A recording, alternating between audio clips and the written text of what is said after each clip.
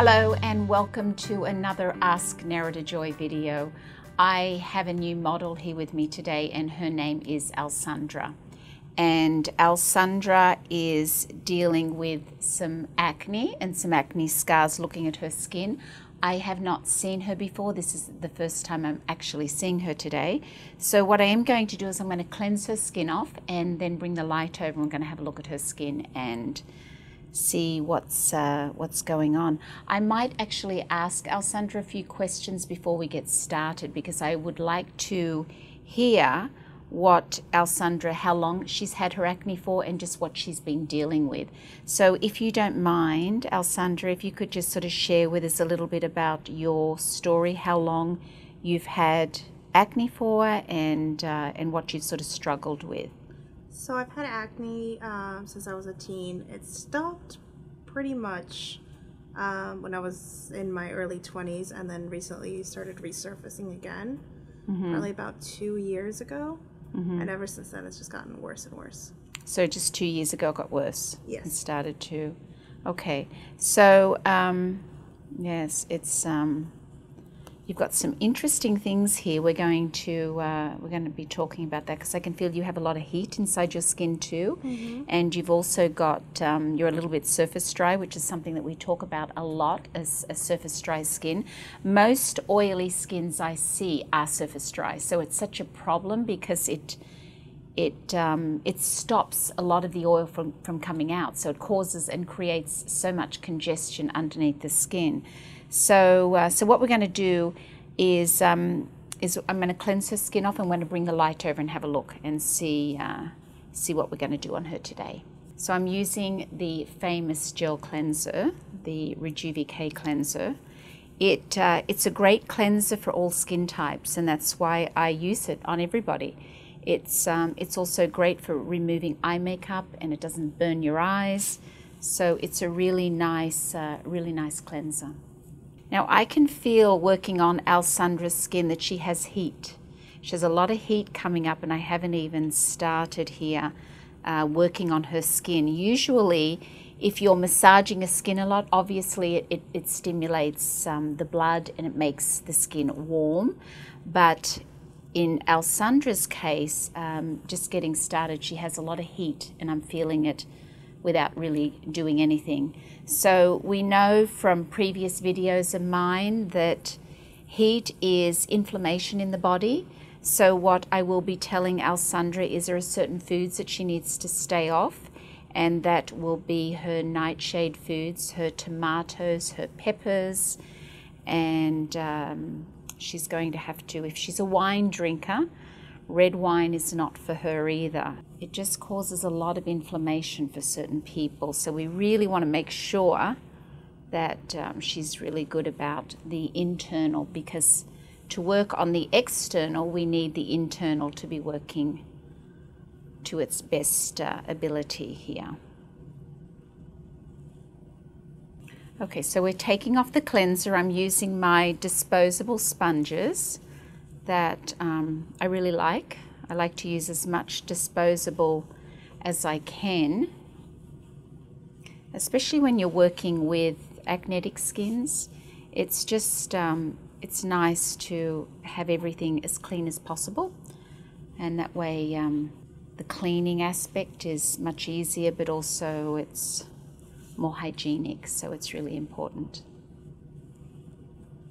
Okay, so I'm just using a tissue. Sometimes when you're cleansing the face and you're using water, sometimes it gets a little moisture around the sides of the nose. So it's really nice if you can just sort of pat it. It feels more comfortable for the client. So we're going to put some goggles over her eyes, and I'm going to bring the light down. I really want to have a good look at her skin and see what's going on. So what we're looking at here with Alessandra's skin, you can see that she's got some blackheads here, reasonable size pores, and she's also, you know, she's got these little red bumps around the sides here, which you can see, again, blackheads here, some painful nodules. This is why she's got these spots here, but there's redness around it, so we know there's inflammation there, and I know that those ones are quite painful to touch. She's got some other closed comedones over here, and but her skin needs a really good cleaning. And to touch her skin, it feels a little bit gritty to me. It's surface dry, it's a little bit gritty. She's got some scarring here, some ruddiness, some blackheads you can see up here on her cheek, up here high, up under her eye area. So I can see that she's not cleaning as well as she should. She's also got some foods that I'm going to talk to her about. She's going to have to do a little change with her diet, take her off some of the dairy, because she does have this congestion here, some white clogged bumps under the skin here. And she's got hormonal, and I think she might have a little bit of candida, because her skin feels gritty to me, and gritty means candida albicans, which is yeast. But she's quite sort of congested, so we really need to do some good extractions on her to really clean up her skin well. So today is going to be a day of extractions and just really cleaning her skin up. It's important to shrink pore size. You have to have a really clean skin, and we have to do a lot of extractions on Alessandra today, just so that we can really keep her pore size small and to keep her skin strong. Her skin's a little bit, it's dehydrated. You can see her levels. They're really sort of dehydrated. So we've got a lot of things to do with Alessandra, and the great thing is that we know after a couple of treatments and with her home care, her skin's going to be very different. So it's good that we're seeing it close up here, because future videos will show the difference that we're going to make in her skin, which will be quite drastic, which will be wonderful. So we've brought the Maggie lamp over. We've had a close look up at Alessandra's skin under the Maggie lamp. And what we see with Alessandra's skin is that her skin is surface dry, her levels are dry. So not only is the outer layer of her skin really dry, but the lower layers are really dry too. So her skin is really dehydrated. And if you go back to some of the videos, I talk a lot about this. If you have a dehydrated skin, your skin is not going to heal well. It's really, really important to make sure that your skin is hydrated, because that's how your skin heals quickly. So the reason why Ali has a lot of marks on her skin, and marks where there isn't pimples underneath her skin, like down here on her jaw, you'll see she's got marks on her skin, but it's flat. So when I touch it, her skin, there's not a bump underneath it. But the reason why there's marks on the skin and it's not healing quickly is because her levels are really dehydrated. So to keep a skin healthy, a healthy skin means that your skin's going to heal a lot faster. And that's why I use things like the Q flavonoid, and we really feed the skin a lot of nutrients. So what we have to do in starting out with Ali's skin, Ali's scarring goes down onto her neck a little bit, her breakouts go down onto her neck area as well. But what's really important is first you have to clean it, and you've got to clean the pores, and that's what we've got to do today, is we've got to clean it, because after we clean it, then we can start working on the scarring and start working on the little marks that'll be left. And that's what we're going to do. But I will recommend to Alessandra that she does change her diet. She's going to have to go off her dairy, or certainly cut back tremendously. I'm not looking at her problem being with citrus. It doesn't look like she will need to stop things like orange juice and some of your citrus fruits, which is what I often do with people that have acne. I'm taking them off citrus, I'm taking them off dairy and peanuts. But with Ali's skin, I'm going to just take her off her dairy and possibly eggs. She's a little gritty, which means that she very likely has a little candida in her skin. I can feel it. It's not the pimples that I'm feeling, that's the bumps. I'm feeling her skin is gritty. So in amongst the dryness and the bumps under her skin's gritty, and it's this particular texture. And I say to people that a way of feeling the grit and to understand what that feels like is, I always say, if you take a towel and you rub your hand very gently across the towel, that type of feeling is that very sort of gritty kind of feeling, like I'm rubbing my hand on this towel here just very gently. You're going to feel that's what I'm feeling on Ali's skin, and it's a different feeling than if you're feeling pimples and pustules or nodules under the skin. So I would say to her that she will probably have to be a little careful with her baker's yeast, which is bread, anything that rises, beer, and that also the Candida diet is baker's yeast, it's beer, it's cheese, which is going to be off anyway, and mushrooms, the mold foods.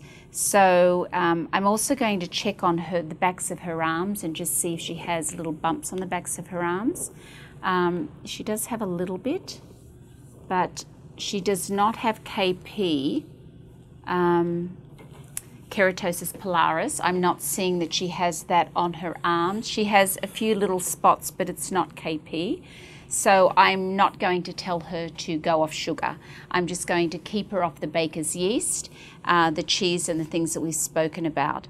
And today I'm going to give her skin a really good exfoliation. I can see, looking at her nose area, that her nose has been burnt quite a bit she's had some burn from the sun. And so this is an area that often you can see when the nose is pink and it stays pink, and you've got these little areas right on the top of the nose here where you can see the skin has been it's compromised. It's definitely, she's had that burnt a few times. So I would mention to her too to make sure she's really using her sunscreen on there, protecting it sort of going forward. So I'm going to cleanse, we've cleansed her skin. I'm going to do an exfoliating mask on her. I'm not going to dilute the exfoliating mask. Sometimes I dilute it with a little bit of healing gel, but that's not something I'm going to do today. And so we're just going to clean up her skin, and I'm going to exfoliate it, massage it. So now we have the exfoliating mask. I'm putting the exfoliating mask on, and I'm taking it right down onto her neck, and just down here. She's got a little bit of a breakout down here on this part of her neck as well, where I can see she's got some blackheads there, and she's got some scarring. So that is another area that she suffers with. Acne is spreading down onto the neck area, and it's really important when you are cleaning your skin at night that you take everything down wherever you have blackheads, wherever you need to do a good cleaning. Maybe when she's using makeup, she's putting it down onto her neck as well, which most of us are. And so this is going to be a little stingy on your skin, Alessandra. A little tingly. It has a little glycolic in it. It has a little chamomile and the papaya enzyme papuan. What's nice about this exfoliant is that it absorbs dead cells. A lot of exfoliants are very gritty, and they have all these little granules in them, as you know. This one here does not have granules. It absorbs dead cells, and it has that buffing effect on the epidermis, and it's something that I really like because it changes the skin. It helps it brightens it, it helps with scarring. It just really cleans the pores, and it gets rid of that dry outer layer, which is what we want to do, is get rid of that dry outer layer so the oil and everything that builds up underneath can get out. Okay, so we're going to get ready to take that off now. So we are now removing the exfoliating mask, and it stayed on just a couple of minutes on her skin.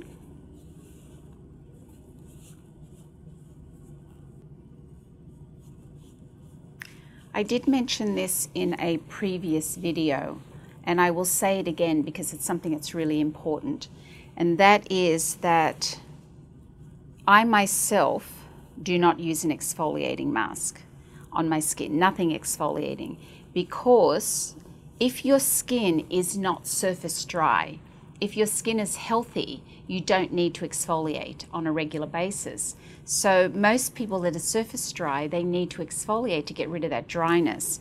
If you're using products that boost the skin like retinols and AHAs, which is what I use on my own skin, then I don't need to exfoliate. And the only time I will exfoliate my skin is probably if I'm having a treatment, a facial treatment, which might be once or twice a year.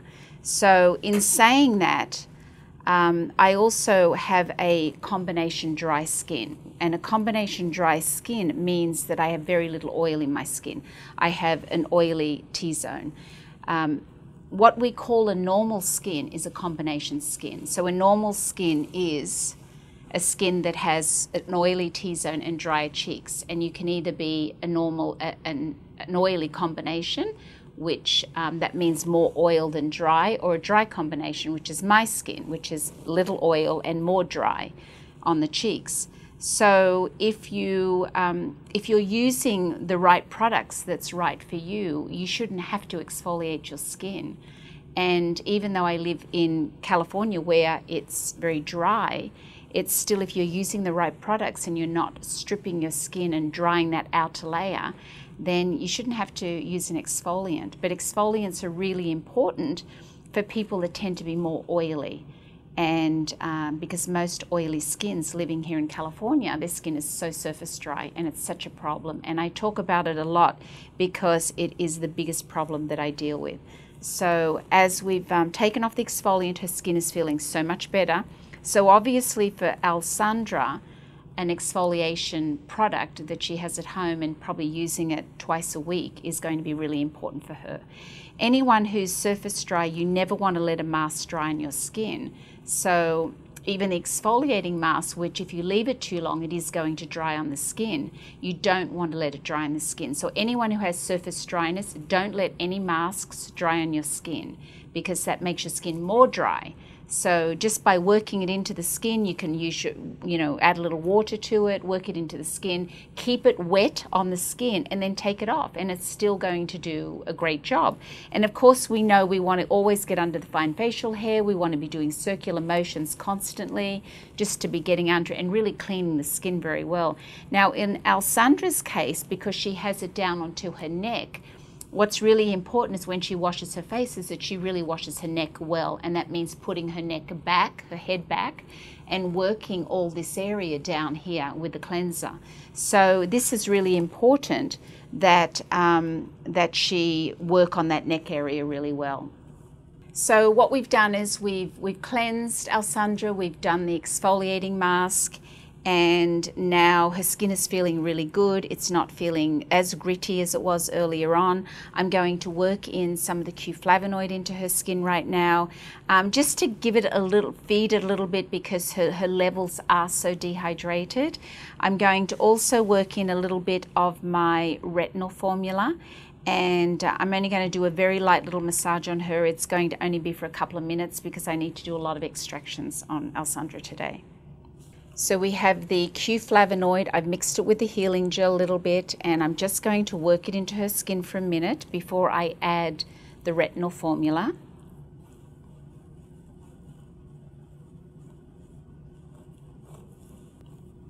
We're taking it right down onto that neck and that décolleté, the top of the décolleté down here, where she's also got some congestion. So we've got a little bit of the healing gel, a little bit of the Q-flavonoid on her face. I'm now working in some of the retinol formula, which is slightly yellow, you can see here. And I'm going to work it into her skin for a few minutes before we do the extractions. So what I've done is I have worked in the retinol formula just now with the healing gel. Underneath that she has a Q-flavonoid with a little bit of the healing gel. I worked it in for a few minutes, and now I'm just going to take it off because I'm going to put a little steam on her skin and then do some extractions.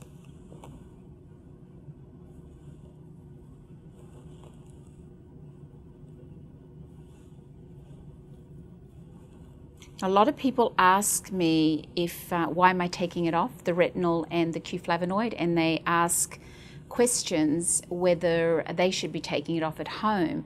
But no, it stays on your skin at home. It's the reason I take it off my client's skin is because there's many different things that I'm doing in a treatment. So I'm constantly putting things in, taking it off, putting something else in, and it's just because I'm doing a treatment. But at home, you leave it on the skin. Once you put it on, it stays on the skin, and then you're usually going to bed, because if you're using the retinols, then it's a PM product, so you would be then going to bed. Okay, so we put a little steam on Alessandra's skin, and now I'm going to do some extractions on her, and we have to do quite a lot of extractions, so that's going to take me a little bit. So be patient here as we get through our extractions. See, her skin is so dehydrated, it's not even coming out. That's because her levels are so dry. That's why her skin's so congested.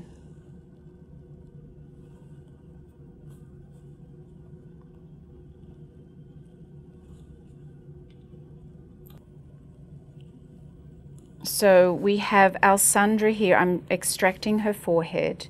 Her levels in her skin are so dehydrated, it's really not easy to get anything out of her skin, even though she has a lot in there, because her levels are so dry. So this is the biggest problem that you have, and as to why people have so much congestion underneath their skin when they're oily is because the levels are just so dry, it's hard to get it out.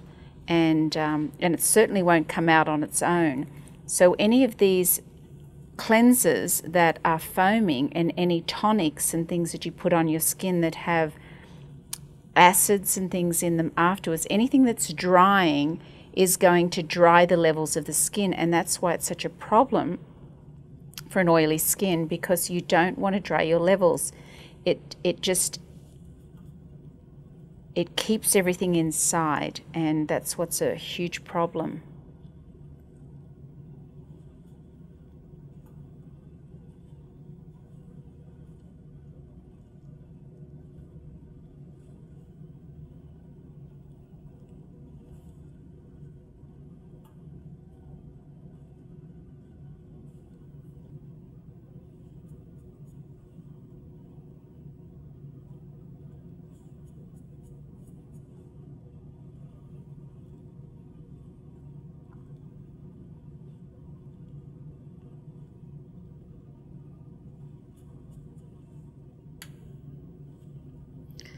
So she's got a lot of congestion here on her cheeks, and again we're going to make sure that it's not from a blush. Like sometimes when you see on some people, they're just very congested in the cheek area, and you know that it very likely is a blush that they're using, because a lot of makeup is comedogenic. So yes, she has the congestion here on her cheek, but she has it everywhere, so it's not necessarily just from a blush she's using.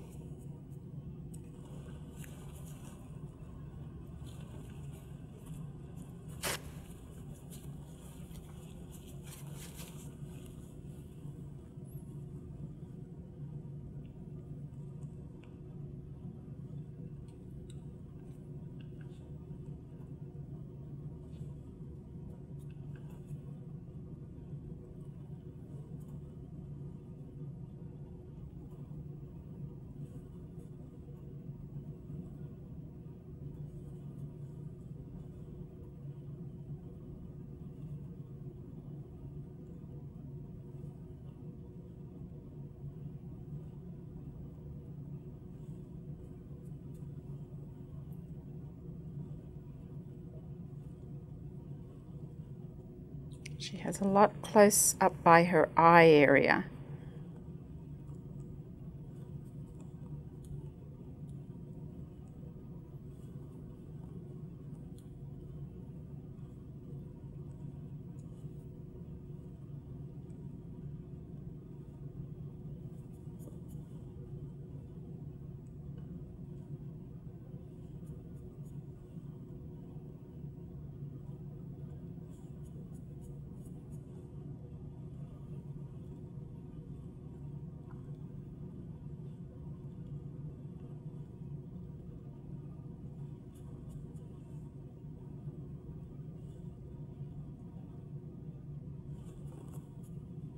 Okay. So we're looking at Alessandra's forehead, and you can see I've extracted her skin, and you can see how her levels are so dry. It's so dry. It was very difficult, the extractions, getting stuff out of her skin because her levels are so dehydrated. And you can see the really fine little lines, like if you do this here on her forehead, you can really just see those very, very fine little lines. Like there's a good one where you can see the very fine little lines, just showing how dehydrated her skin is. It's a very, very dry, layered skin. And the problem when it's so dry like this is that congestion is so easily, it builds up so easily under the skin that no wonder she's got so much congestion under her skin because of her dryness.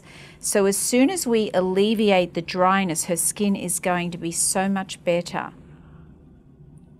Alessandra said to me also that she was eating, and she really likes to eat cheese, so it's a big problem for her, the cheese, and that's something that she's going to have to really cut back on for her skin to be better, which is what's causing a lot of problems around the cheek area for her. And once it starts here, it starts to spread down to the large intestine, which is the jaw area, and that's when she'll start to notice that she can easily get constipated, and there's certain things that start happening when it starts moving down to the large intestine. So she's got a lot. She said it's spreading down here. It didn't start down here. It sort of has moved down, which is a very common thing because all these food allergies and food problems that we have start in the small intestine, which is this mid-cheek, and then it moves down to the large intestine, which is down around the jawline. And then once it's moving down there, we know that she's, she's having a more difficult time with her bowel movements, actually. So we have finished extracting Alessandra's skin, and it was quite a lot of work. Quite a lot of work in extracting, but more work because her levels were so dehydrated. It's when someone's levels are really dehydrated, and you Esties out there will know and understand what I'm talking about here, trying to squeeze and get anything out of the skin is really, really difficult because it takes so much pressure to get anything out of the skin when the levels are so dry. And it's almost like if someone's taken Accutane and that dries the levels up, it's very, very hard to get. Even the sebum itself hardens. So it's very, very difficult to get it out of the skin.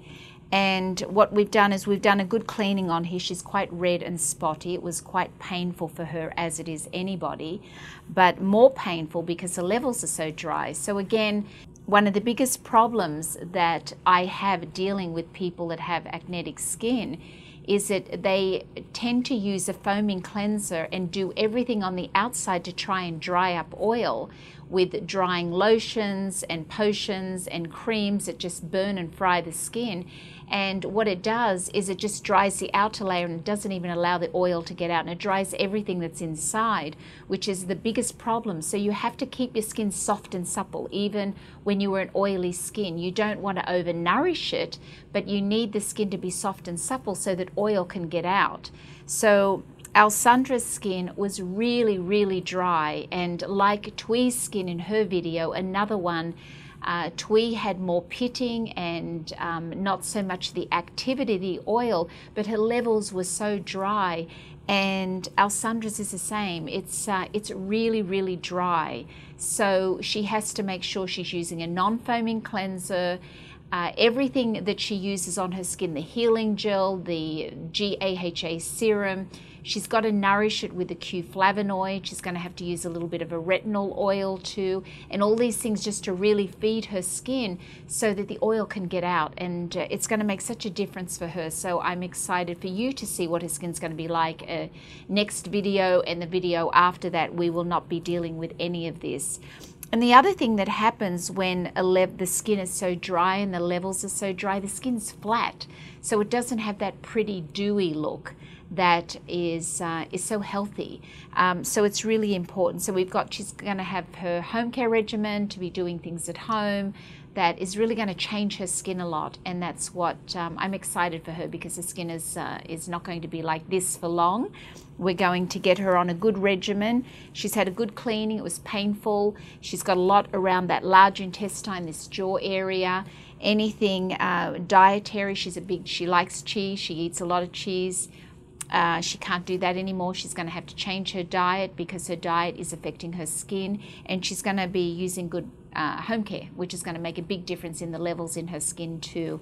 So we've extracted. I'm putting a little bit of the toner on, which is just the hour refreshener. I like to do that after I do my extractions, is just to wipe over the skin with the tonic. I'm now going to put on the normalizing formula, which is an AHA that's designed especially for oily skin, and it's going to make her skin very red. It's going to burn, and it's going to burn her skin a little bit. She's going to really feel it a bite in it, but I'm only going to leave it on her skin a few minutes. I need to use that on her because it's going to help with her oil and her activity underneath, and it's also going to help to lighten her scarring. So we're going to put that on right now. So we have the normalizing formula, and I'm going to put this on her skin. We've just extracted. I put the tonic on just over her skin. She is going to feel this is going to sting quite a lot. I'm going to leave it on her skin a few minutes. It's not going to stay on a long time. It's an important part of after extractions. It's an important part when you're working with an oily skin to use an alpha hydroxy acid that really helps to shrink your pores after you've cleaned them. So, you know, it is important to note that pores will not close up completely, as they're not supposed to, but it is important to use something on the skin that's going to help. Once a pore is clean, you want to then shrink it. If there is a lot of bacteria, dead cells, and sebum inside the pore, it's very, very hard to shrink because it's got all this junk inside it. So you have to clean the pore, and then you can go back and shrink it, which is really important. Now this one here is really good also for scarring. So anyone who has papules that with dryness, there is going to be scarring, as Alessandra has, especially around this area here where she's had congestion. Her levels are so dry that her skin doesn't heal well. So she's really we're going to see a big change in her skin, which is great for her future. She's got some nodules under here, some painful nodules, which of course we can't squeeze because then we're going to be spreading infection underneath. It's really important to not mess with those. It's not the type of thing that you remove, is the painful nodules, the cystic nodules. So I'm just going to make sure that we've got under that chin area.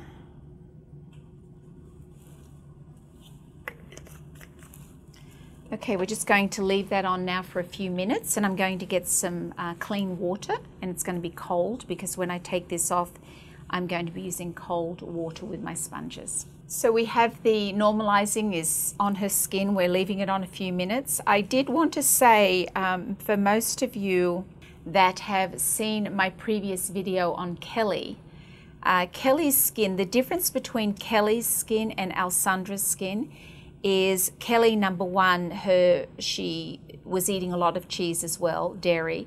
So she had more of the white bumps under her skin from dairy. Now someone like Kelly or someone like Alessandra, if they continued eating a lot of dairy, that means they would have a problem with their cholesterol when they get older. And usually it is in the family. So the skin is just an indication of what's going on the inside of the body. So it's very, very important for their health that they don't eat and consume too much dairy. So the difference between the two of them is that Kelly ate a lot more dairy. She had a lot more white bumps under her skin, but her levels were not as dehydrated as Alessandra's. Alessandra's levels are very dehydrated, and I'm saying this a lot in this video, but it's not often you see somebody's skin that is as dehydrated as Alessandra's skin, that is as young as Alessandra is. So we really have to get her on a good regimen, really hydrate those levels, which is going to change how her skin eliminates her sebum. And it's really important that we work on that. So now I'm going to take off the normalizing formula. I'm using very cold water because the normalizing formula burns on the skin a little bit. It's an AHA that is designed especially for oily skin. And when you go to take it off with cold water, you're going to find that it's going to sting. It's going to activate a little bit more, and it's going to be more stingy on her skin. Her skin will be quite pink. As you'll see, it's quite pink right now.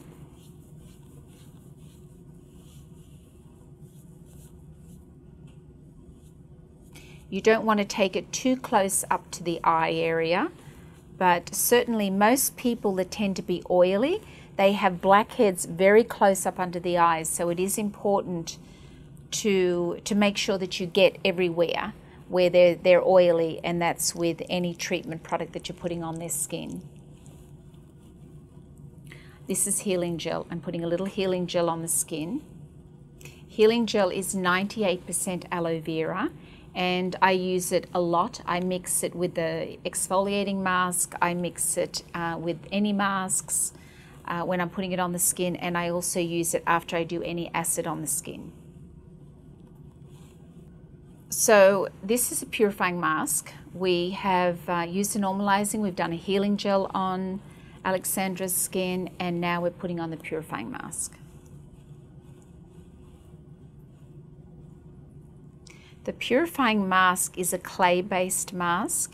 It also has a little bit of the papaya enzyme papain in it. So sometimes on someone who's super duper sensitive, that I'm concerned about using the exfoliating mask, I'm going to do the purifying and use it as an exfoliant. On a super duper sensitive skin that I'm concerned about using the exfoliating, that's the route I'm going to go for them. And again, just working it into the skin. While this is on Alessandra's skin, I'm going to get some ice, and we are going to ice her down. So we have the purifying mask on Alessandra's skin, and what I've done is I've taken some 4x4 gauze. I've split them, and I put 2 either side of the face, 1 on the bottom and 1 on the top. And the reason being, while her mask is setting, because I'm going to ice her skin.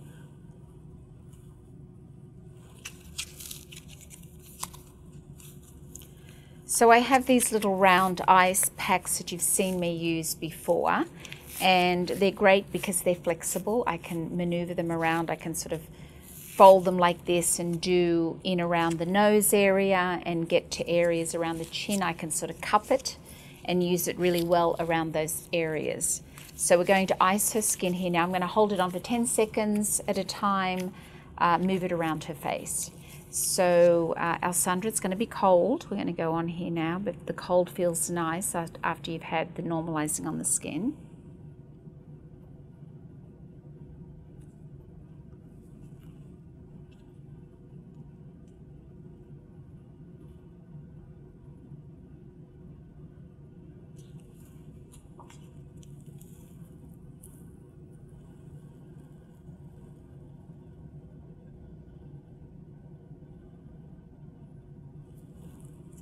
Now remember, we did a lot of extractions up under her eye area, so we want to sort of get up there with the ice. Icing is really healing, as it is for the body, and it's very, very healing. So I like to ice the skin a lot. And when clients text me or call me and say, I have this major pimple that's come up, I always tell them to ice it. So hold ice on for 10 seconds, take it off and do it 3 times. We're going to take off the purifying mask now. Don't want these towels to be too hot, so I'm cooling them off a little bit. We've just iced Alessandra's skin.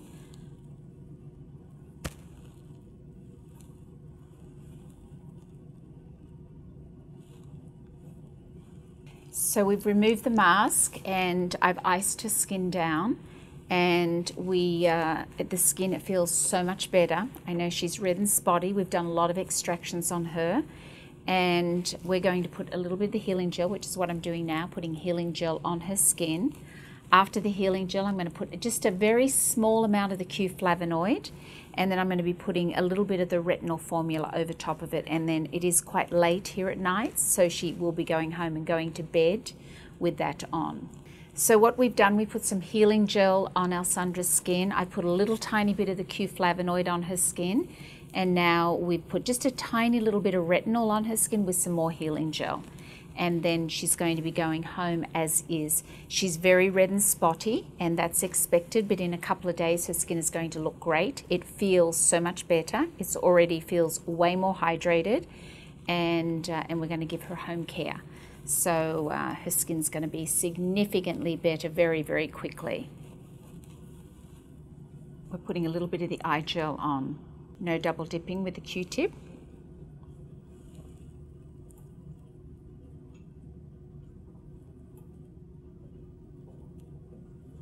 So we are all done. We have cleansed Alessandra's skin, we've exfoliated her skin, we have worked in some treatment product, which is the Q flavonoid, a little bit of the retinol, and we've then taken it off. I've then done extractions on her skin.